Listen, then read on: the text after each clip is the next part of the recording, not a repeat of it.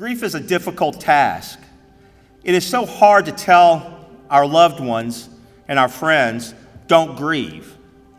We're going to do it.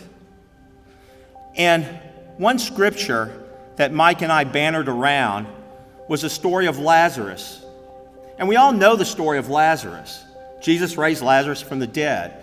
But the part of the story that intrigued us the most is the beginning of the story, where it explains that Jesus openly wept. He cried about the loss of his friend Lazarus.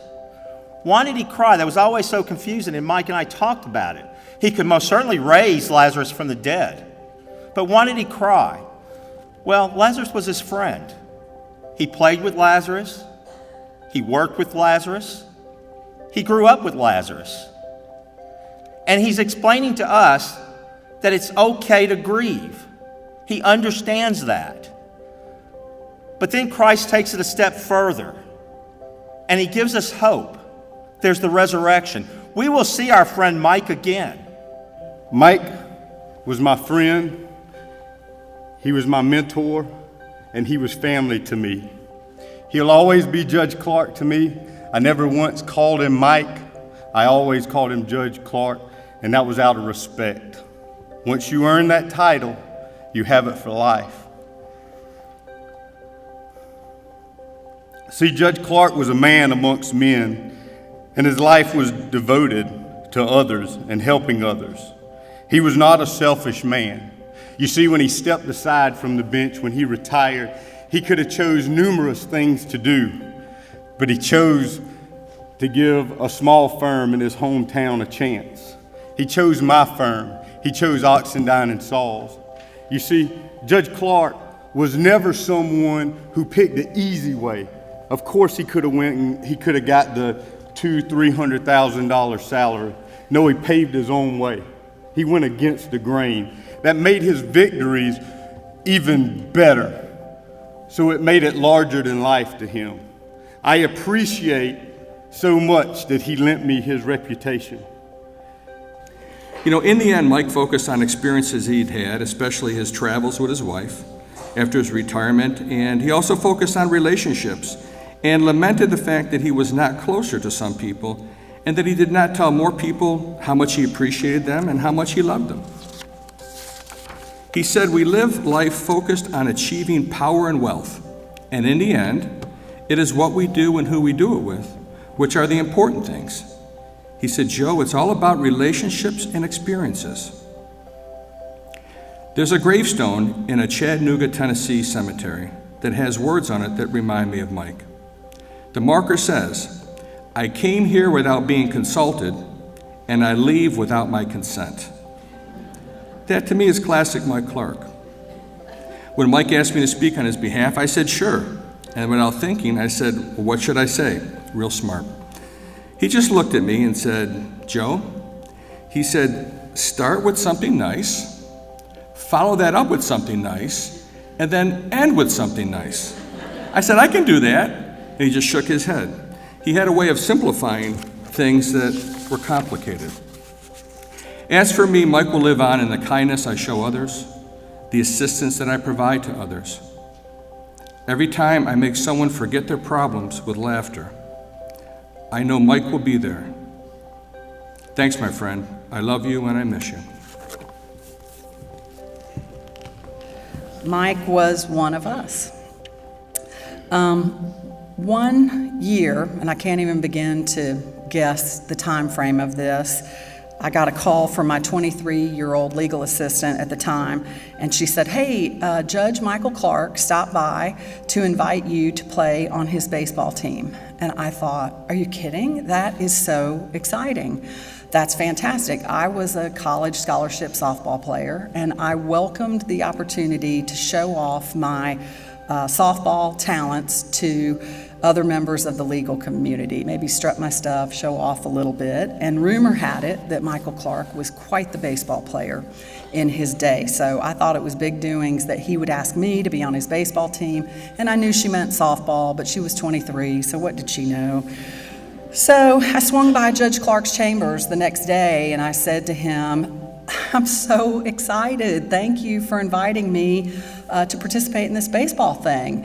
And he said, okay, great, I'm glad you're interested. And he started talking about a Hank Aaron score sheet league. And it took me a few minutes, and then I realized I had just agreed to play fantasy baseball on a computer. Talk about out of my league. Ours was an unlikely friendship, but then again, just the fact that it flourished is testament to the genuine nature of what I believe to be his legacy. We found common ground in discussing book reviews, often breaching many of the taboo subjects deemed too controversial by the laws governing polite social interaction. We found ourselves engaged in lengthy discussions on religion and politics. We didn't agree all the time, but we listened. When we found ourselves becoming less attentive, we could always shift to sports, where contention is considered perhaps a bit less of a threat. But no matter what the subject, no matter how heated the discourse, there was never, ever, even a hint of animosity between us. In fact, Mike would often gift me books that supported my position rather than attempt to change my perspective with materials supporting his side.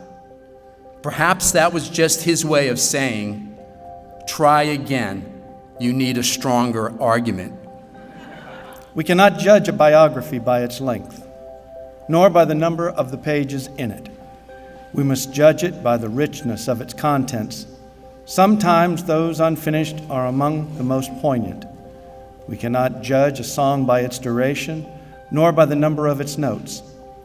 We must judge it by the way it touches and lifts our souls.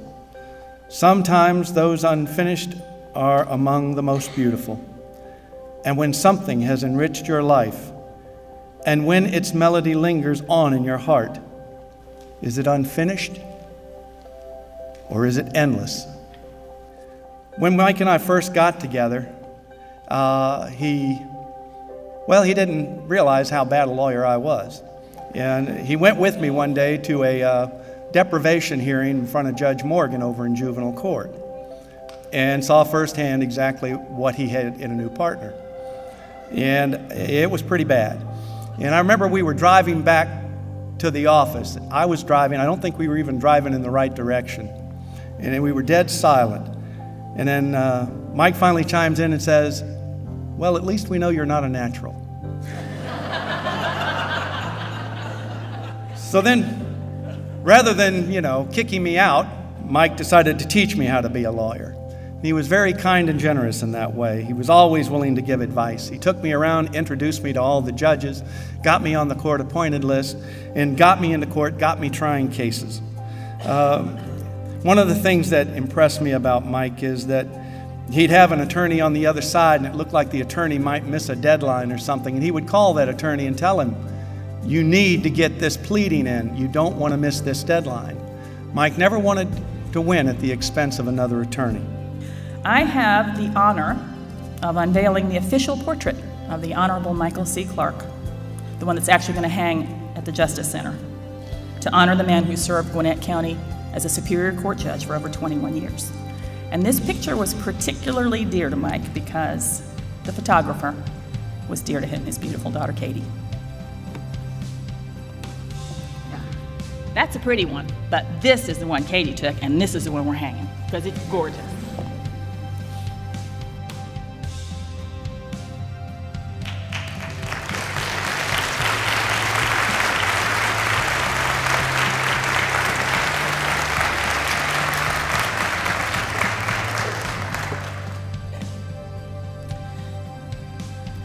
I was thinking as I was putting words to paper that it's kind of funny. Mike and I would go round and round debating for hours.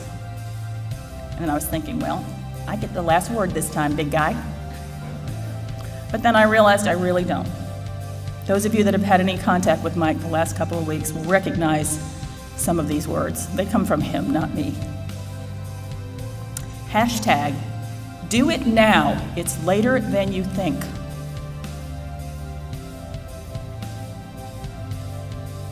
And to you too, Michael, you will always be in our hearts. On behalf of Lisa and Katie and the rest of the family, thank you so much for being here today. Please be safe going home. And as Mike said every time right before he hung up the phone, I swear every time we talked, you be good now. Thank you.